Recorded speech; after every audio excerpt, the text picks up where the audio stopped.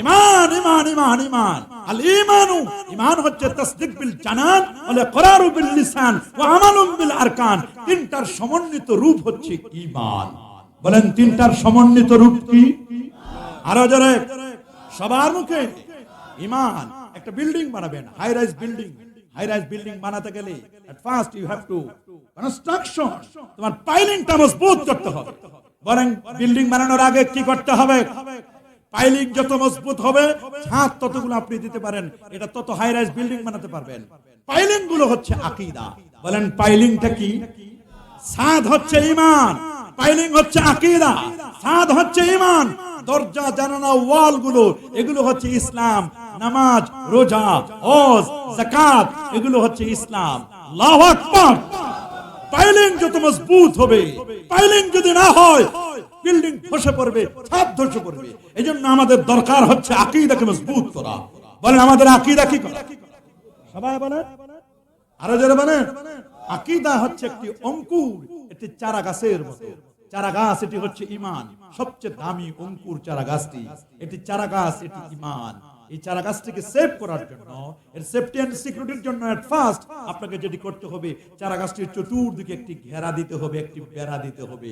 চারা গাছ হচ্ছে ঈমান, বেড়াটির নাম হলো আকীদা।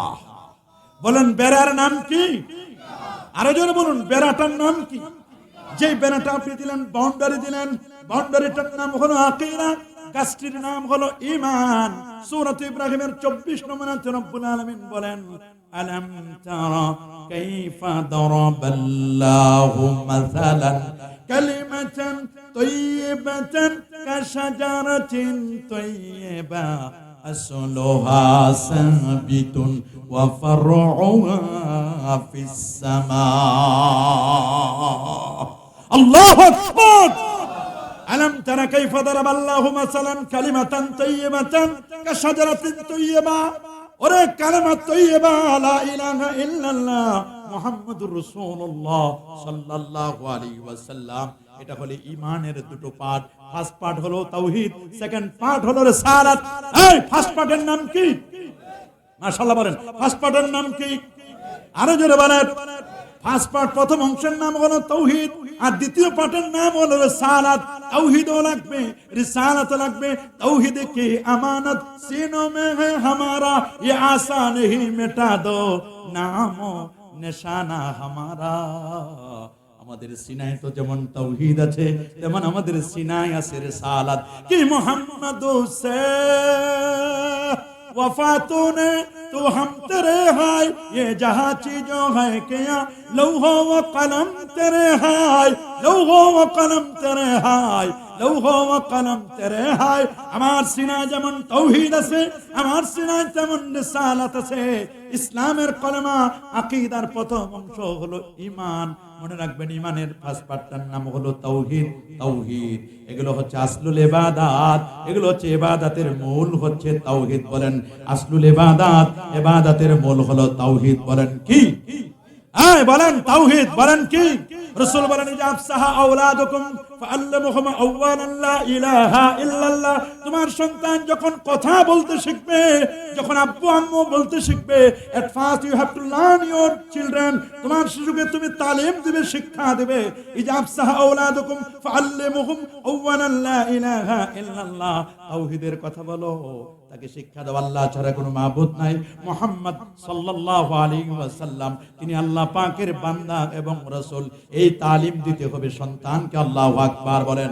তবে মনে রাখবেন তাওহীদের প্রথম অংশের আবার দুটো অংশ, খুব খেয়াল করে শুনবেন, এটা খুব ক্রিটিক্যাল কথা। তাওহীদ ঈমানের দুটো পার্ট, প্রথম অংশ তাওহীদ, দ্বিতীয় অংশ রিসালাত। প্রথম অংশের আবার দুটো পার্ট, লা ইলাহা এটা হলো ফার্স্ট পার্ট, ইল্লাল্লাহ হলো সেকেন্ড পার্ট। আমি আপনাদের কাছে কোশ্চেন করতে চাই, লা ইলাহা কোনো ইলাহ নেই, এটা পজিটিভ না নেগেটিভ? মাশাআল্লাহ, এটা কি নেগেটিভ? লা ইলাহাটা কি? কোনো ইলাহ নেই, এটা কি পজিটিভ না নেগেটিভ? বলেন এটা কি? নেগেটিভ। লা ইলাহা কোনো ইলাহ নেই, এটা নেগেটিভ। ইল্লাল্লাহ আছে কেবল আল্লাহ, এটা পজিটিভ। লা ইলাহা নেগেটিভ, ইল্লাল্লাহ পজিটিভ। লা ইলাহা বাতিল, ইল্লাল্লাহ হচ্ছেন হক, আল্লাহ হলেন হক। লা ইলাহা বাতিল। বলেন লা ইলাহা, মাশাআল্লাহ বলেন লা ইলাহা বাতিল, ইল্লাল্লাহ হলো হক, আল্লাহ হলেন হক। আল্লাহ ছাড়া যত ইলাহ আছে, আল্লাহ ছাড়া যত মাবুদ আছে, সবগুলো হলো বাতিল। বলেন কি? তাহলে আপনি যদি হকের উপর টিকে থাকতে চান, সকল ইলাহকে বাতিল করে দেন। আল্লাহ ছাড়া যত ইলাহ আছে সবগুলো বাতিল। আল্লাহ কয়জন? আল্লাহ ছাড়া যত আছে 33 কোটি, সব বাতিল। এই বলেন 33 কোটি কি? সব বাতিল। আল্লাহ হলো কেবলমাত্র হক। আপনার ইমানের কলেমা শুরু হয়েছে নেগেটিভ দিয়ে। আপনি যদি হকের উপর টিকে থাকতে চান, আপনি যদি আল্লাহকে আল্লাহ বলতে চান, আল্লাহর বাইরে যত খোদা আছে, যত প্রভু আছে, যত গডনেস আছে, যত ঈশ্বরী আছে, যত ভগবান ভগবতী আছে, সব বাতিল, সব বাতিল। আমরা একমাত্র মানবো কাকে? বলুন, হ্যাঁ আরো জোরে বলুন। একমাত্র যাকে মানবো তিনি হচ্ছেন আমার আল্লাহ। তিনি কে? সবার মুখে তিনি কে? তিনি হচ্ছেন আমার আল্লাহ। লা ইলাহা ইল্লাল্লাহ। আল্লাহ ছাড়া কোনো মাবুদ নাই। বলেন আল্লাহ ছাড়া কোনো মাবুদ আছে? হকের উপর টিকে থাকতে হলে বাতিলকে না করে দিতে হবে। যারা আহলে সুন্নাহ ওয়াল জামাত, এটা হলো হক। আহলে সুন্নাহ ওয়াল জামাতের বাইরে যত দল আছে, জাবারিয়া, কাদারিয়া, মারজিয়া, খারেজি, শিয়া, রাফিজি, মুজাসসিমা, মুশাব্বিহা, যত দল আছে সবগুলো হলো বাতিল। এই সবগুলো কি? আরো যারা বলেন সবগুলো কি? সবগুলো হচ্ছে বাতিল। এজন্য কোনটা হক আর কোনটা বাতিল এটা চিনায় দেওয়ার জন্য আল্লাহর নবী, প্যারা নবী রাসূল করিম সাল্লাল্লাহু আলাইহি ওয়াসাল্লাম রাইসুল ফুকাহা হযরত আব্দুল্লাহ ইবনে মাসউদ কে বললেন, রে আব্দুল্লাহ, 4446 নম্বর হাদিস মুসনাদ আহমদ, আমার হাতে একটি লাঠি দাও। কি চাইলেন? কে চাইলেন? আল্লাহর নবী। বলেন কে চাইলেন? আল্লাহ নবী একটি লাঠি চেয়ে নিলেন। রে আব্দুল্লাহ, আমার হাতে একটি লাঠি দাও। সাহাবী বললেন, হুজুর লাঠি দিয়ে কি করবেন? কাউকে পিটাবেন কিনা? বলেন নো নো, আমি পিটাবো না কাউকে। তোমাদের কাছে আহলে সুন্নাহ ওয়াল জামাত সঠিক পথটি তোমাদের কাছে আমি চেনাই দেব। সঠিক পথ কোনটি আমি চেনাই দেব। ওয়া আলাল্লাহি কাসদুস সাবিল ওয়া মিনহা জায়ের।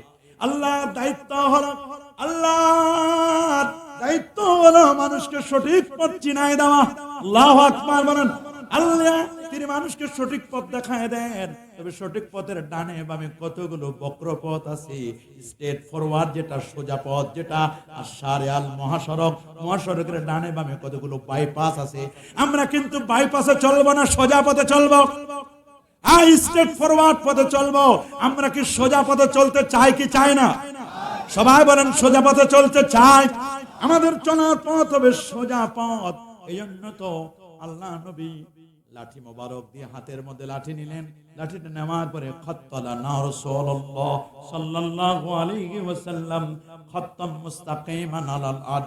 নবী সোজা মাটির উপরে একটি দাগ টেনে দিলেন, একটা রেখা তিনি টেনে দিলেন। সুবহানাল্লাহ।